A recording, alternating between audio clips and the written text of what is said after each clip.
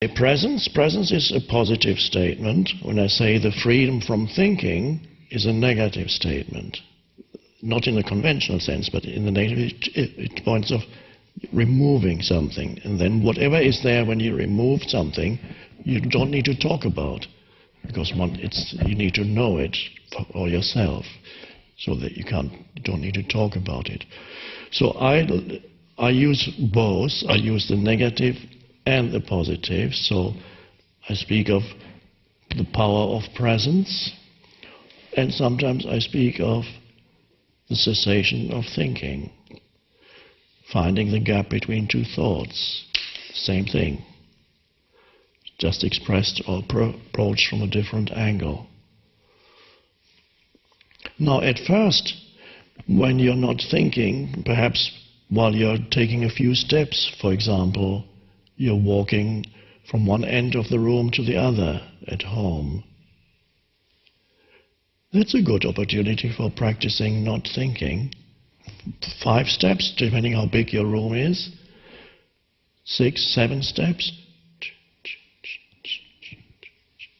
Just present, just alert.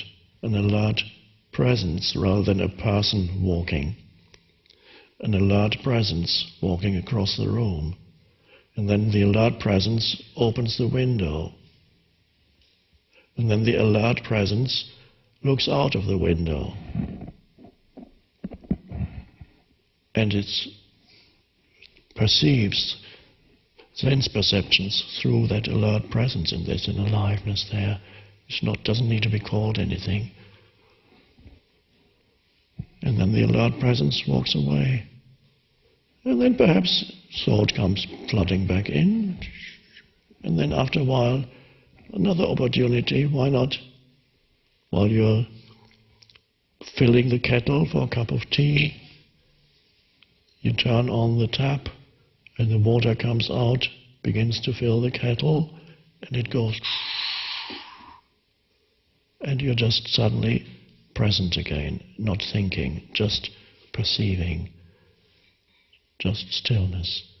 And then you can feel everything. You can not only hear the water filling the kettle, you can actually enjoy all these little things.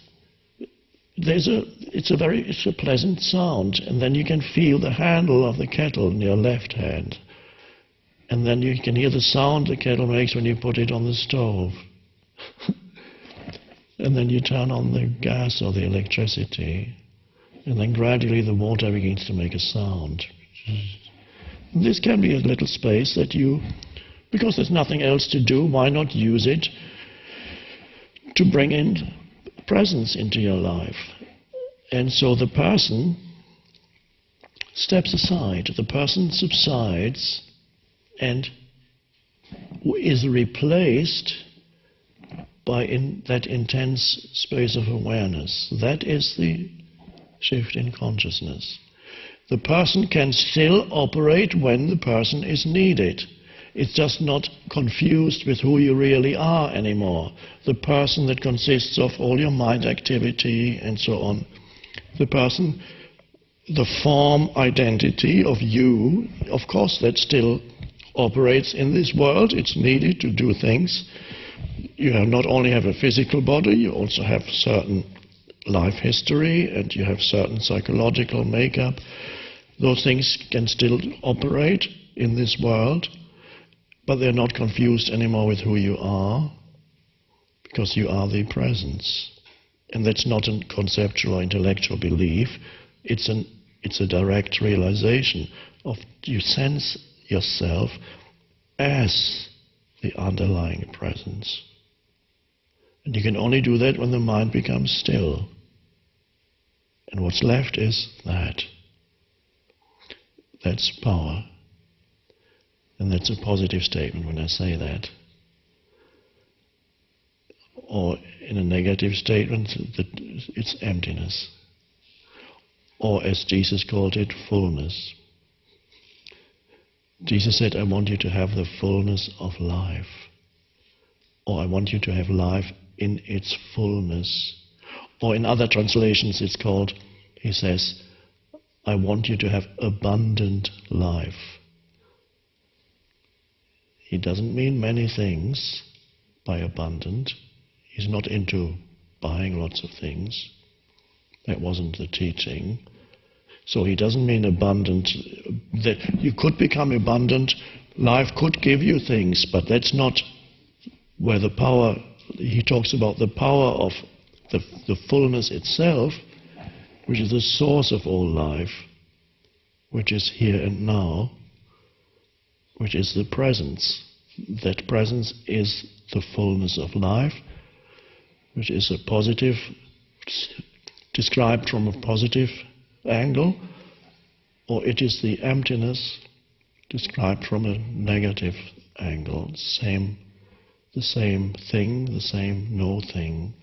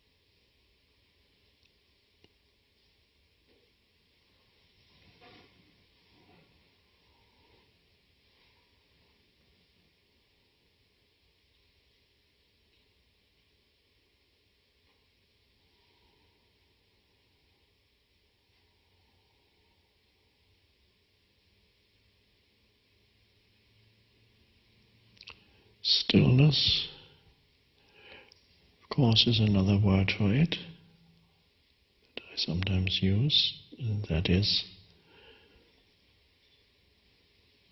also somewhat negative, because stillness for most people implies just absence of noise. But of course stillness has presence in it. Stillness is another word for presence.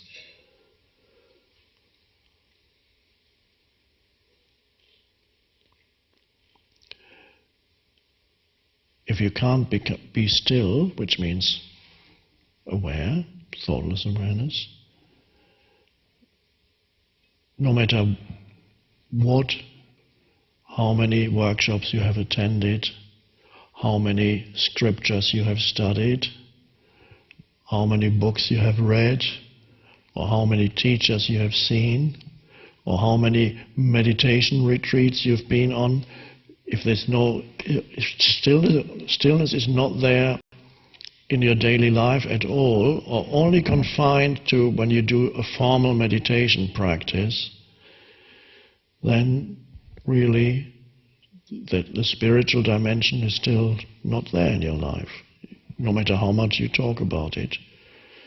And there are people who have studied many scriptures, extremely knowledgeable, can quote any spiritual teacher that lived, or philosopher that lived 10 or 1,000 years ago, can have them quote them all, but nothing, there's no stillness, it's just stuff in the mind. They have collected signposts, because all these, whatever any spiritual teaching tells you, is a signpost. And so some people become collectors of signposts. They never go where the signpost points. They say, oh, that's an interesting signpost. Let's compare this signpost to that one. Do they point to the same place? Well, I don't know. But what do you think, Professor?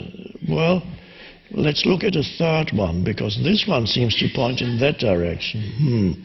Well, let's look more closely. Let's analyze the signpost, and let's get the microscope and really cutting. Okay, I think I'm going to write a book about that. You can spend your whole life and think you're very spiritual, and the world tells you that, yes, you're the professor of divinity. That's what it's called. You get a PhD in divinity. Wow. Or you are the Pandit in India, you with a long beard and your mind is full of knowledge. Not the true. India always has had, at any given time, true teachers that are empty and spacious, who don't necessarily know very much. They're not necessarily highly educated. Some of the greatest Indian teachers knew virtually nothing, from Ramakrishna to Nisargadatta to Brahmana Maharshi. Didn't have much of an education. Some of them no education whatsoever. Brahmana Maharshi never attended school beyond the age of 16. Nisargadatta was a seller of cigarettes. He had a little stall selling cigarettes. Hadn't read many books. And yet, there was the true. It came through them. And then there were all the great scholars with accumulated knowledge, and they thought of themselves as spiritual. So as long as your mind is full of stuff only, without any space in between the stuff, there's nothing spiritual there. The spiritual dimension is absent. You don't know it. Of course it's there somewhere, but it's obscured if you don't know it. A famous scholar visited Krishnamurti in India, and this famous scholar started talking to him in Sanskrit. And Krishnamurti said, "I'm sorry, I don't understand what you're saying." And he said, "What, you don't know Sanskrit? You haven't studied Sanskrit?" He was amazed that the famous Krishnamurti didn't speak Sanskrit.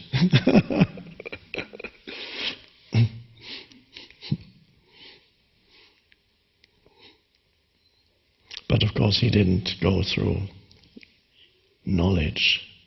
It was freedom from the known, which means freedom from your mind, freedom from the accumulations in your mind, from mind forms, freedom from thinking, which is also freedom from time. The first, when the power of now, the writing came, and halfway through it came to me that the title would be Freedom from Time. And for a while that was the working title, so to speak.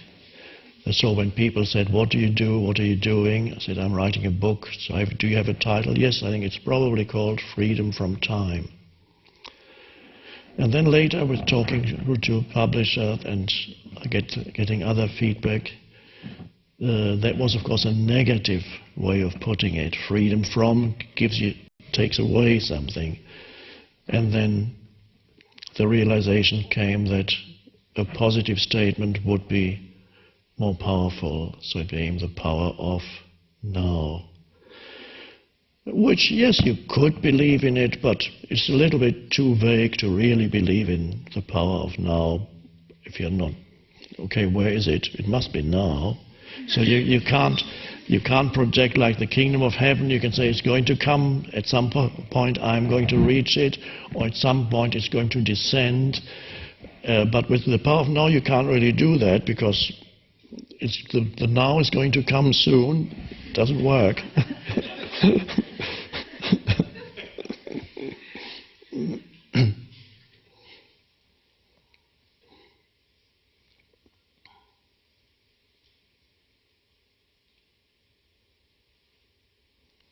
So this is the main task then is for you, let's put it like this, to step out of thought, take every opportunity you have to step out of thought, and so that there's the arising of presence. That's gradually then the person gradually loses its density, and far greater power, source power, comes through the person. It can still operate through the person, yes, it can still use the person's mind, but it transcends who you are as a person. So use every opportunity to step out of thought. Not falling below thought, rising above thought. We're not talking about sleepiness, but alertness. And from the point of view of the mind, this is not a significant thing when you become still, because from the point of view of the conceptual egoic mind, stillness is not a high priority in your life, or presence. The egoic mind has many other things to think about, to worry about, to be concerned about, than presence. Says, presence? You've got so much on your mind, please. When you retire, you can go there.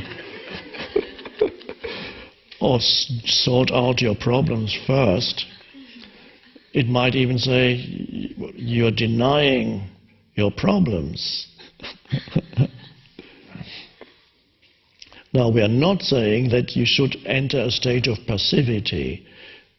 Don't equate presence with becoming passive, so that you are incapable of taking action anymore. So I'm just present, I'm not doing anything anymore. That would be an erroneous way of looking upon presence. No, presence very often becomes most powerful when you couple it with action, bring it into doing. And you start with simple thing, as I mentioned, making a cup of tea in presence.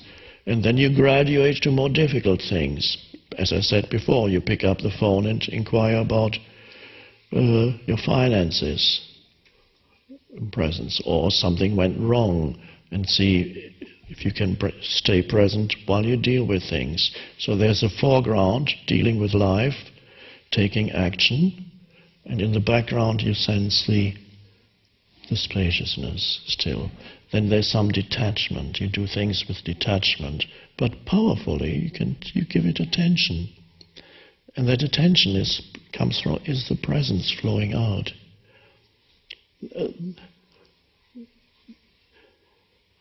It continuous practice.